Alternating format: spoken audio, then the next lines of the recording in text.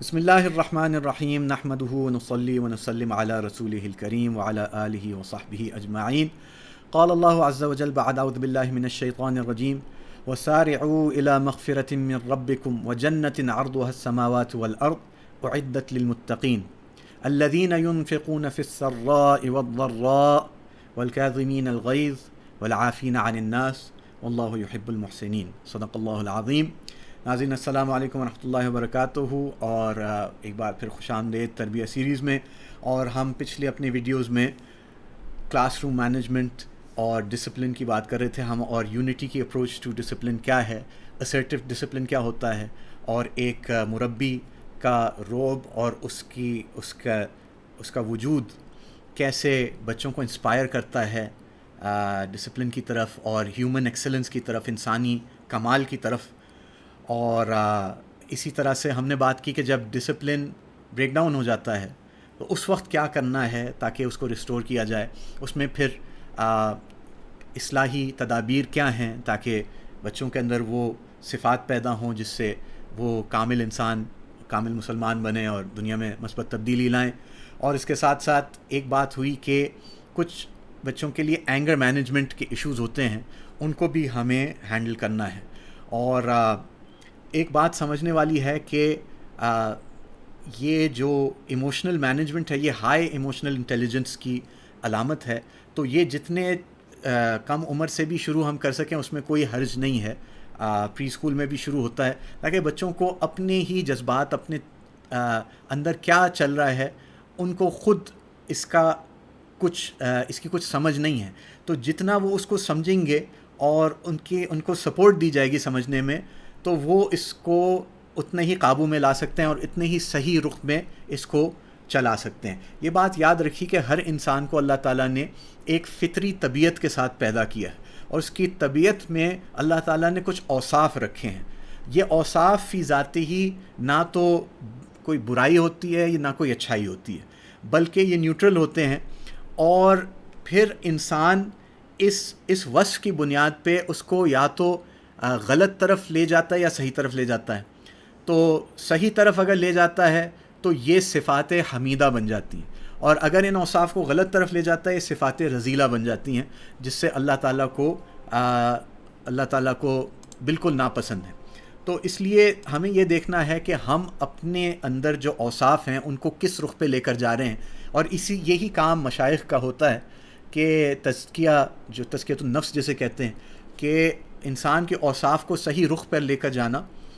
تو اس میں ایک مثال پیش کی جاتی ہے، جیسے کہ وہی ایک وصف ہے جو انسان کو اگر صحیح رخ پہ اس کو لے گیا تو اس کے اندر فیاضی اور سخاوت اور دوسروں پہ خرچ کرنے کا جذبہ یہ آتا ہے اس کے اندر، اور اگر بگڑ گیا اور غلط رخ پہ گیا، گمراہی کی طرف گیا، تو یہی وصف اسراف اور تبذیر، فضول خرچی اور دکھلاوا اس کی طرف چلا جاتا ہے۔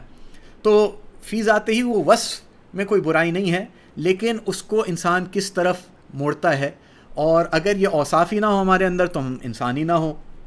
تو اسی طرح سے ایک ہی وصف ہے جو بنیاد بنتا ہے شجاعت اور بہادری کا بھی، اور وہی وصف بنیاد بنتا ہے غیظ و غضب کا بھی۔ تو اگر اس کو صحیح رخ پہ کیا تو وہی لوگ دنیا کے لیڈر بنتے ہیں، وہی لوگ ظلم کے خلاف کھڑے ہونے والے ہوتے ہیں، وہی ادھر قدم رکھنے کی جرت کرتے ہیں جہاں دوسرے نہیں رکھ پاتے، اور وہی انہی کے پیچھے پھر لوگ چلتے ہیں۔ ان کے اندر بہت زیادہ طاقت ہوتی ہے، یعنی اثر لینے کی اور پھر اثر کرنے کی۔ اور تو اگر کسی بچے میں غصے کا اظہار ہے اور ظہور ہے، تو اس کا مطلب یہ نہیں کہ اس کے اندر فی ذاتی ہی کوئی نقص ہے، بلکہ یہ ہے کہ اس کو موڑنا ہے شجاعت کی طرف اور جو ہے غیرت کی طرف۔ تو اسی طرح سے یعنی امام زین العابدین رحمۃ اللہ علیہ جو اس امت کے بڑوں میں سے ہیں، تو ایک مرتبہ وہ وضو کرنے کے لیے بیٹھے اور باندی سے کہا تھا کہ پانی لے کر آؤ وضو کا، تو ایک لوٹا کہہ لیں یا برتن کہہ لیں لوہے کا، اس میں وہ بھرا ہوا پانی لے کر آ رہی تھی، تو وہ ہاتھ سے ایسے پھسلا کہ ان کے سر پہ آ کے گرا، سر پھٹ گیا، خونم خون ہو گئے۔ تو ایک دم تیز نگاہ سے اس کو غصے میں دیکھا، کچھ کہا نہیں ابھی، غصے میں دیکھا اس کو، تو اس وقت کے جو بانی غلام بھی ایسے قرآن کے ماہر تھے، ہمارے تو پتہ نہیں کیا دور آ گیا ہے جہالت کا، کہ اس نے فوراً یہ آیت کا یہ قطع یہ ان کے سامنے رکھا کہ والکاظمین الغیظ، کہ غصے کو پی جانے والے. تو انہوں نے کہا میں نے اپنا غصہ پی لیا. پھر اس نے کہا والعافین عن الناس، لوگوں کو معاف کرنے والے. کہا چل میں نے تجھے معاف کیا. اور پھر اس نے کہا واللہ یحب المحسنین، اللہ تعالیٰ تو احسان کرنے والوں کو اپنا محبوب بناتا ہے. انہوں نے کہا میں نے تجھے آج سے آزاد کیا، آج سے تو آزاد ہے، چل جہاں جانا چاہتی ہے. تو یعنی جس لڑکی نے بے شک غلطی سے لیکن ایک ایسا کام کیا جیسے ان کا سر پھٹ گیا، اس کو آزاد کر کے اس کو نئی زندگی دے دی. تو یہ وہ لوگ ہیں جو اپنے اوصاف کو صحیح رخ پہ موڑنے میں کامیاب رہے. اور اسی طرح سے ہمیں بھی اپنے اندر اور اپنے بچوں کے اندر اسی طرح سے ان کو لے کر چلنا ہے. اور یاد رکھیں کہ اس کو خود نہیں پتہ مجھے کیا ہو رہا ہے. بچے کو، چھوٹے بچے کو خاص کر، تو اس سے کچھ بہت سپورٹ دینی ہوتی ہے اس کو، اور بہت کام ڈاؤن کرنا ہوتا ہے، بہت اس کو تسکین دینی ہوتی ہے، اور پھر اس کو ڈائریکٹ آہستہ آہستہ کرنا ہوتا ہے، پوچھنا ہوتا ہے کیا چیز آپ کو پریشان کر رہی ہے، کیا ہوا، کیوں غصہ ہے. یعنی آہستہ آہستہ نرمی کے ساتھ اس کو اس طرف لے کر چلنا ہوتا ہے. آپ صلی اللہ علیہ وسلم نے ہمیں بتایا کہ طاقتور آدمی وہ نہیں ہے جو کسی کو پچھاڑ دے اس میں، یعنی اس کو پہلوانی دکھائے اور اس کو پچھاڑ دے، اس کے اوپر قابو کر لے، بلکہ طاقتور آدمی وہ ہے جو اپنے غصے کو قابو کر لے. جتنا آدمی غصے کو قابو کرے اتنی اس کے اندر طاقت ہے. اور یعنی آپ صلی اللہ علیہ وسلم کے پاس ایک شخص آئے، یا رسول اللہ مجھے کچھ وصیت فرمائیں، کچھ نصیحت فرمائیں. آپ صلی اللہ علیہ وسلم نے فرمایا کہ دیکھو غصہ نہ کرنا. تو پھر اس نے زیادتی کی طلب کی کہ اور فرمائیں، اور کوئی بات بتائیں. تو پھر فرمایا کہ غصہ نہ کرنا، لا تغضب. تو اب وہ چاہ رہا تھا کہ کچھ اور بات فرمائی جاتی، لیکن آپ صلی اللہ علیہ وسلم ایک ہی بات پہ بار بار اصرار کر رہے ہیں کہ دیکھو غصہ نہ کر. تیسری بار بھی آپ نے یہی جواب دیا.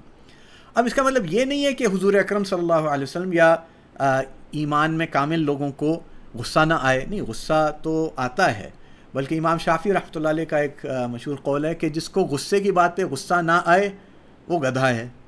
لیکن جو غصہ آنے پہ کوئی اس سے کہے کہ بھئی اپنا غصہ ٹھنڈا کر لو، وہ اپنا غصہ ٹھنڈا نہ کرے تو وہ شیطان ہے. تو اس لیے نہ ہمیں گدھا بننا ہے نہ ہمیں شیطان بننا ہے. اب اس کے درمیانی یہ چیز ہے کہ حضور اکرم صلی اللہ علیہ وسلم نے کبھی اپنی ذات کے لیے کسی پہ غصہ نہیں کیا، کبھی اپنی ذات کے لیے نہیں کیا. جب بھی اگر ان کو غصہ آیا تو کسی دینی امور پہ آیا، اللہ کے کسی حکم کو توڑنے پہ اور اس کی پامالی کرنے پہ اس پہ غصہ آیا، جس میں لوگوں کے حق ضائع ہوتے ہوں، جس میں معاشرے کو نقصان پہنچتا ہو، جس میں فساد پھیلتا ہو. ایسی کوئی بات ہوئی سامنے تو اس پہ آپ صلی اللہ علیہ وسلم کو غصہ آتا. تو آپ صلی اللہ علیہ وسلم اپنی ذات کے لیے غصہ نہ کریں.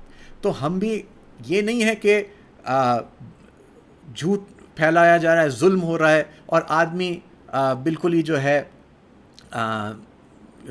بالکل بجھا ہوا اور اس میں کوئی جذبات ہی نہیں ہیں، اس میں کوئی ریاکشن ہی نہیں ہے کہ اتنی برائی ہو رہی ہے. نہیں، یہ چیز نہیں چاہی جا رہی، بلکہ یہ ہے کہ اس کو شجاعت کی طرف موڑا جائے، غیرت کی طرف موڑا جائے، اور ظلم کے خلاف بھی کھڑا ہوا جائے. غلط کو غلط بولا جائے، اس کو صحیح کرنے کی محنت کوشش کی جائے، لیکن قابو کرتے ہوئے، آپے سے باہر ہو کے نہیں. تو اب ہم اپنے بچوں کو بھی اس طرف لے کر آئیں گے تو انشاءاللہ ان کے ذریعے سے ساری دنیا میں مثبت تبدیلی آئے گی.